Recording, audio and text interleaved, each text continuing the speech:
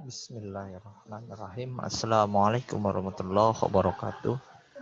Alhamdulillah wa ni'matillah la haula wala quwwata illa billah amma ba'du. Segala puji syukur kehadirat Allah Subhanahu wa taala yang telah mana pada hari ini kita masih diberi kesehatan oleh Allah Subhanahu wa taala sehingga kita dapat beraktivitas seperti mana biasa. Namun di dalam aktivitas ini ada batasan waktu yang membatasi kita, yakni beraktivitas melalui jalur media elektronik yang mestinya kita lakukan aktivitas sistem pembelajaran secara online, tapi kita tidak luput bersyukur kepada Allah Subhanahu wa taala. Selawat tidak lupa kita limpah curahkan ke baginda kita Muhammad sallallahu alaihi wasallam, yang telah mana baginda Muhammad sallallahu alaihi wasallam telah membawa kita dari alam yang gelap gulita hingga menjelang masa modernisasi pada saat sekarang ini. Baik anak-anakku sekalian yang berbahagia dimanapun berada, sebelum kita mulai pembelajaran di pertemuan yang kedua ini, di pelajaran yang berbeda, yakni pelajaran akidah akhlak. Ya, saya harapkan kalian semua dalam kondisi yang sehat. Mudah-mudahan kita dapat memahami semua pembelajaran yang kita pelajari pada hari ini. Dengan mengucapkan Bismillahirrahmanirrahim, kita mulai pembelajaran akidah akhlak di tahun ajaran 2020-2021. Dengan mengucapkan bismillah ini, mudah-mudahan Allah memudahkan kepada kita semua sehingga kita dapat beraktivitas seperti mana biasa. Baik, kita mulai, kita buka, kita ambil bukunya masing-masing. Buku akidah akhlak. Ya. Ini buku LKS kita, panduan kita dalam pembelajaran semester pertama ini, akidah akhlak. Kita buka halaman berikutnya, yaitu bab pertama. Ya, bab pertama halaman 3 berkenaan dengan ilmu kalam. Apa sih ilmu kalam itu? Ya, kita harus tahu. Kenapa kita harus belajar ilmu kalam? Insya Allah nanti kita lihat, kita pelajari, kita bahas tentang ilmu kalam, baru kita mengerti. Di sini ada pengertian ilmu kalam. Kita mulai pembelajaran. Ya. Pengertian ilmu kalam, sebelum pengertian ilmu kalam ada di sini ada apa namanya pengertian di atasnya, itu ada satu uraian di atas tentang ilmu kalam. Ilmu kalam merupakan ilmu yang menggunakan logika. Nah, di sini udah jelas. Di samping alasan-alasan nakliyah atau Al-Quran dan hadis yang berfungsi untuk mempertahankan keyakinan ajaran agama. Hal ini sangat tampak dalam nilai-nilai ketuhanannya. Ilmu kalam berisi tentang keyakinan-keyakinan kebenaran, praktik dan pelaksanaan ajaran agama, serta pengalaman keagamaan yang dijelaskan dengan pendekatan akal atau rasio. Sumber utama ajaran Islam adalah Al-Quran dan As-Sunnah. Al-Quran merupakan kalam Allah Subhanahu wa taala yang diwahyukan kepada Nabi Muhammad sallallahu alaihi wasallam melalui malaikat Jibril. Sunnah merupakan tradisi atau sunnah Nabi, baik dalam bentuk ucapan, tingkah laku, maupun ketetapan atau takrir dari Nabi. Al-Quran dan As-Sunnah menduduki posisi sentral dalam bangunan ajaran Islam. Dengan kata lain, berbicara tentang kandungan ajaran Islam harus merujuk kepada Al-Quran dan Sunnah Nabi. Kelahiran ilmu kalam erat kaitannya dengan persoalan hakikat, akidah fundamental yang dihadapi oleh umat Islam. Berbagai persoalan umat Islam Ya.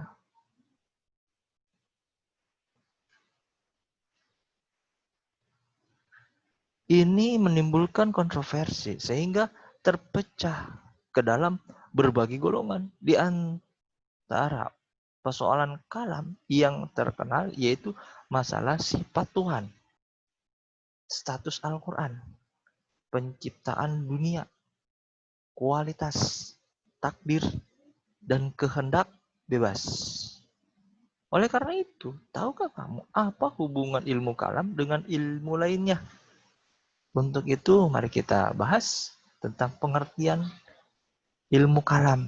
Nah, di sini ada pengertian ilmu kalam. Ilmu kalam berasal dari kata ilm, yang berarti ilmu. Dan al-kalam yang berarti dialog atau perkataan. Dinamakan demikian karena ilmu kalam merupakan kumpulan diskusi dan argumen tentang berbagai Islam.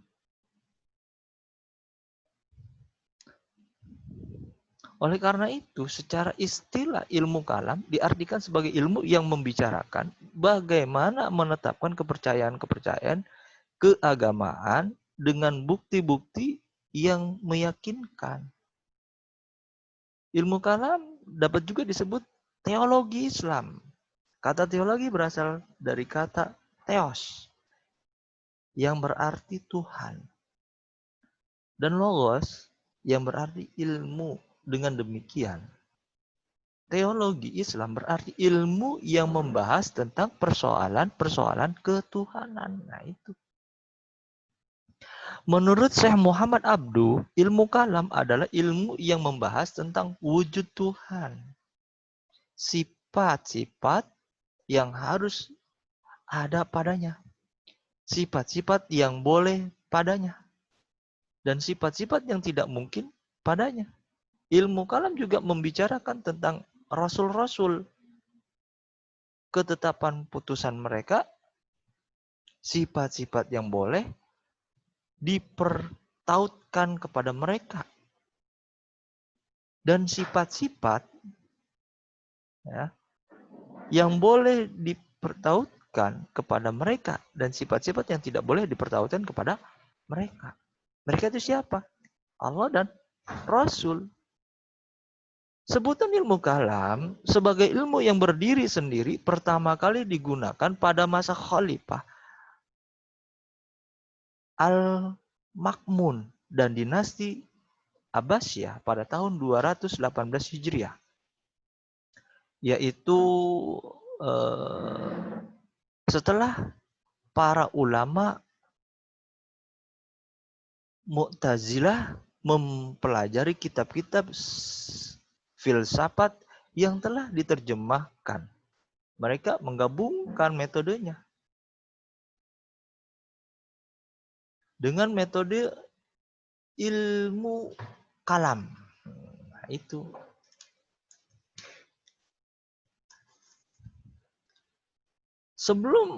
Sebelumnya para ulama menyebutkan dengan al-fiqhu, sedangkan Abu Hanifah menambahkan bukunya tentang kepercayaan agama dengan judul Al-Fiqhul Akbar. Nah, itu udah jelas. Ada beberapa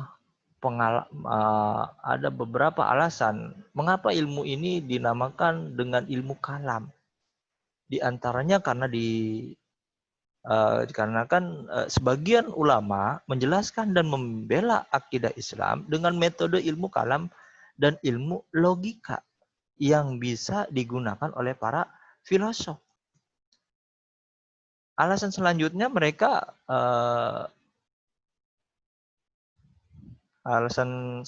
karena persoalan kalam Allah atau firman Allah menjadi perdebatan para ulama, yaitu perdebatkan apakah firman Allah Subhanahu wa taala itu diciptakan atau bukan.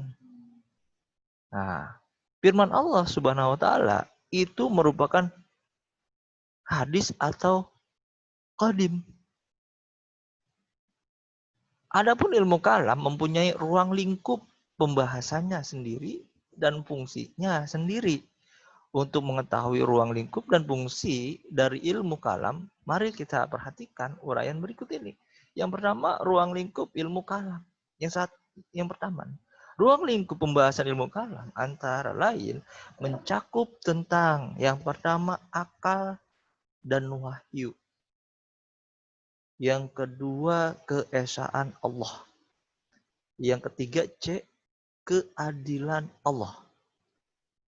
Yang keempat, sifat-sifat Allah. Dan yang kelima, wujud Allah. Dan yang kehendak Tuhan. Ya. Yang G, tentang keimanan. Baik, kita bahas satu. Yang A. Akal dan wahyu Allah. Akal merupakan hal berharga yang dimiliki oleh setiap manusia. Itu akal. Akal menurut Islam adalah daya untuk memperoleh pengetahuan yang belum diketahui sampai dapat mengetahuinya, itu adalah akal. Nah, sudah jelas kan? Dan menurut Abu Al-Huzail adalah daya akal, daya untuk memperoleh ilmu pengetahuan, dan daya yang membuat orang dapat membedakan antara dirinya dengan benda lain. Itu adalah akal. Nah, benar kan? Iya. Sudah jelas. Dan firman Allah dalam surat Al-Furqan di sini dijelaskan yang bahwasanya artinya yang menciptakan langit dan bumi dan apa yang ada di antara keduanya dalam 6 masa. Kemudian dia bersemayam di atas ars. Dialah yang maha pengasih, maka tanyakanlah tentang Allah kepada orang yang telah mengetahuinya. Siapa? Nabi Muhammad. Jelas. Muhammad lah yang telah mengetahui. Wahyu menurut bahasa adalah suara, api, bisikan, isyarat, atau tulisan. Adapun wahyu menurut istilah dalam firman Allah Subhanahu wa ta'ala yang disampaikan kepada orang pilihannya agar disampaikan kepada umat manusia untuk dijadikan pedoman dalam perjalanan hidup, baik hidup di dunia maupun di akhirat. Itu adalah wahyu sebagai pedoman. Bahasan akal dan wahyu dalam konteks ilmu kalam meliputi tentang masalah mengetahui kewajiban terhadap Allah, mengetahui perbuatan baik dan jahat, dan kewajiban mengerjakan yang baik dan menjauhi yang buruk. Itu adalah wahyu, ya, dan akal. Yang B, keesaan Allah. Keesaan Allah Subhanahu wa ta'ala merupakan hal yang harus benar-benar diyakini dan tidak boleh ada keraguan di dalamnya. Ruang lingkup ilmu kalam juga membahas tentang keesaan Allah Subhanahu wa ta'ala. Karena keesaan di sini bukan hanya zatnya saja, akan tetapi meliputi sifat dan kekuasaan. Firman Allah Subhanahu wa ta'ala dalam surat Hud ayat 107 yang artinya mereka kekal di dalamnya selama ada langit dan bumi, kecuali jika Tuhanmu menghendaki yang lain. Sungguh Tuhanmu maha pelaksana terhadap apa yang Dia kehendaki. Sudah jelas. Ini keesaan Allah. Allah Maha Esa, satu. Tuhan yang Maha Esa, yaitu Allah. Yang C, keadilan Allah. Keadilan Allah tergantung kepada manusia dalam memahami kekuasaan mutlak Allah. Udah jelas, itu keadilan Allah. Sifat-sifat Allah. Sifat-sifat Allah. Akal manusia tidak akan mampu mengetahui hakikat sifat-sifat Allah Subhanahu wa ta'ala. Itu sifat Allah. Tidak akan mampu. Manusia berpikir tentang sifat-sifat Allah. Yang wujud Allah. Bagi seorang mukmin, perasaan batin dan fitrah adalah dalil yang pertama atas wujud Allah. Nah itu, ada batin, ada fitrah diri dia. Batin keyakinan, ya, perasaan. Ya. Para ahli pengetahuan baru merasakan puas mengetahui atau memahami wujud Allah dengan dalil-dalil ilmiah, yaitu dalil kejadian, dalil gerak, dan dalil penciptaan. Nah, nanti kita bahas lebih lanjutnya. Dalil kejadian, terjadinya bumi dan langit tanpa ada perannya Allah tidak akan terjadi. Terjadinya pergeseran langit dan bumi karena ada peran Allah. Terciptanya manusia, ya kan? Karena ada peran Allah. Nah, udah jelas adanya kita ya karena peran Allah. Nggak mungkin kan sejak wujud manusia bikin manusia jadi blang begitu saja. Tidak lah. Iya kan? Nah, itu udah jelas. Ya. Terus yang kekuasaan dan kehendak Tuhan. Nah, ini ilmu kalam membahas tentang kekuasaan dan kehendak. Pembahasan kekuasaan dan kehendak merupakan bahasan yang selalu diperdebatkan. Ini kekuasaan Allah meliputi seluruh alam semesta ini. Ya, iya kan, kekuasaan Allah. Kehendak Allah, ya Allah mau bagaimana ya silakan. Kita nggak bisa melarangnya. Allah mau mengguncangkan dunia ini ya silakan, Allah yang punya kuasa. Iya kan? Allah mau menggeser dunia ini ya nggak apa-apa, kita nggak bisa mengelaknya. Susah. Cuma kita berusaha bagaimana memperbaiki perbuatan kita sehingga Allah tidak murka kepada kita sebagai pada manusia, iya kan?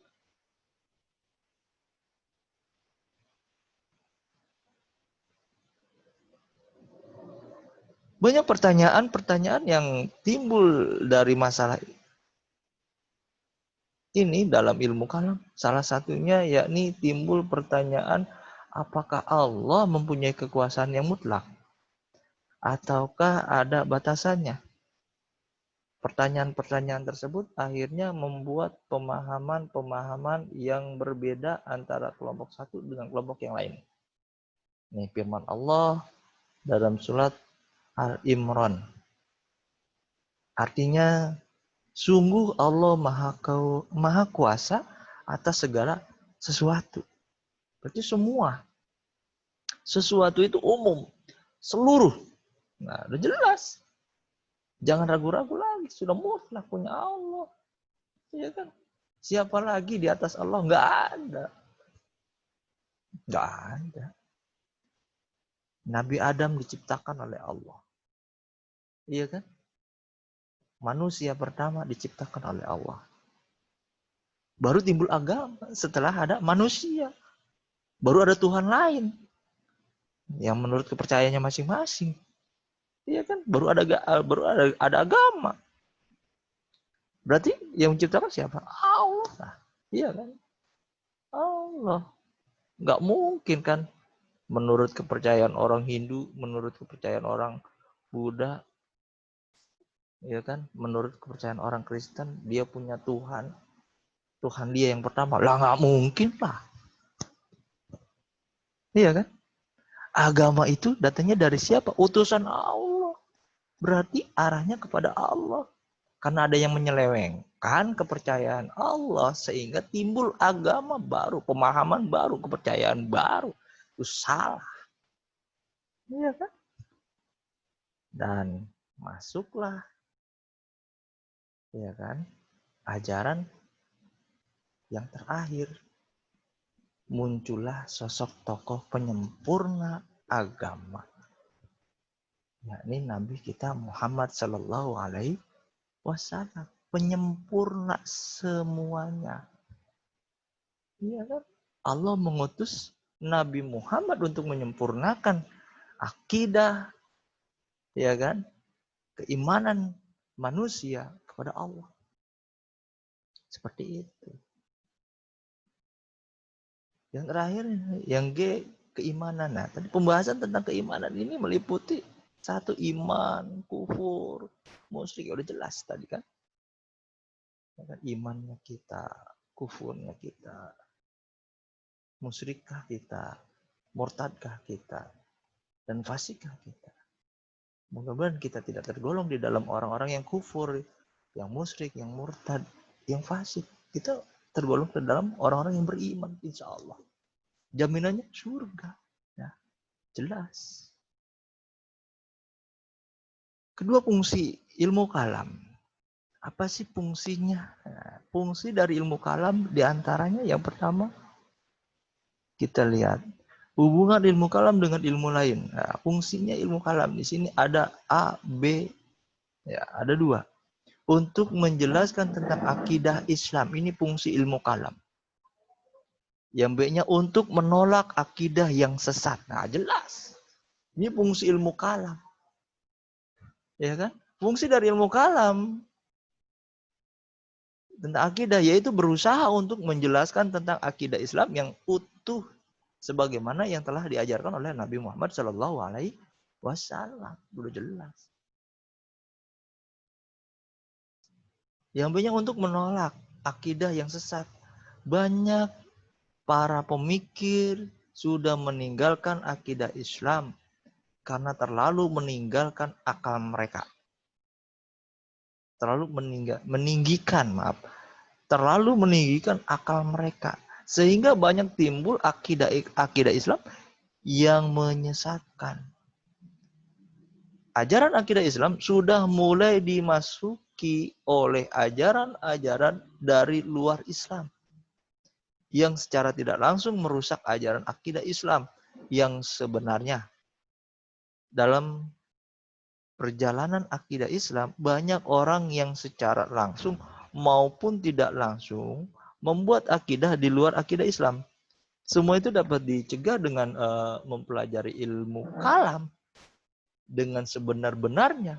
Sehingga akidah yang sesat tidak masuk dan merusak akidah Islam yang sebenarnya. Ya jelas, inilah ilmu kalam yang membantu kita. Ya, mudah-mudahan kita tetap di kekuatan akidah kita di dalam Islam itu benar-benar diberi kekuatan oleh Allah, sehingga kita tidak termasuk tergolong di dalam orang-orang yang sesat. Yang B, yang kita lihat yang B, hubungan ilmu kalam dengan ilmu lain. Keberadaan ilmu kalam dalam Islam tidak berdiri sendiri, namun sangat berkaitan dengan ilmu-ilmu lainnya. Keterkaitan antara ilmu kalam dengan ilmu lainnya adalah yang pertama, hubungan ilmu kalam dengan ilmu tauhid. Yang kedua, hubungan ilmu kalam dengan ilmu akidah. Yang ketiga, hubungan ilmu kalam dengan ilmu usuluddin. Yang keempat, hubungan ilmu kalam dengan ilmu syariah hukum. Nah, itu adalah hubungan antara ilmu kalam dengan ilmu yang lainnya. Baik, ada pertanyaan? Kalau ada pertanyaan nanti kita sampaikan di dalam pembahasan yang berikutnya. Ya, nanti kita bahas di dalam pertemuan berikutnya yaitu tentang penerapan. Nah, nanti kita kita bahas lagi penerapan dalam ilmu kalam. Kita lanjut nanti di pembahasan ilmu kalam. Mudah-mudahan di pertemuan kali ini kita mendapat barokah dari Allah. Ya, jangan lupa nanti ketika kalian menyimak materi itu dengan teliti, jangan sampai terlewatkan, jangan sampai terlupakan. Ya, saya harap kita semua mendapat barokah dari Allah Subhanahu wa taala. Baik, untuk pertemuan yang singkat ini kita akhiri, mudah-mudahan kita selalu diberi kesehatan oleh Allah. Akhirul kalam, wassalamualaikum warahmatullahi wabarakatuh.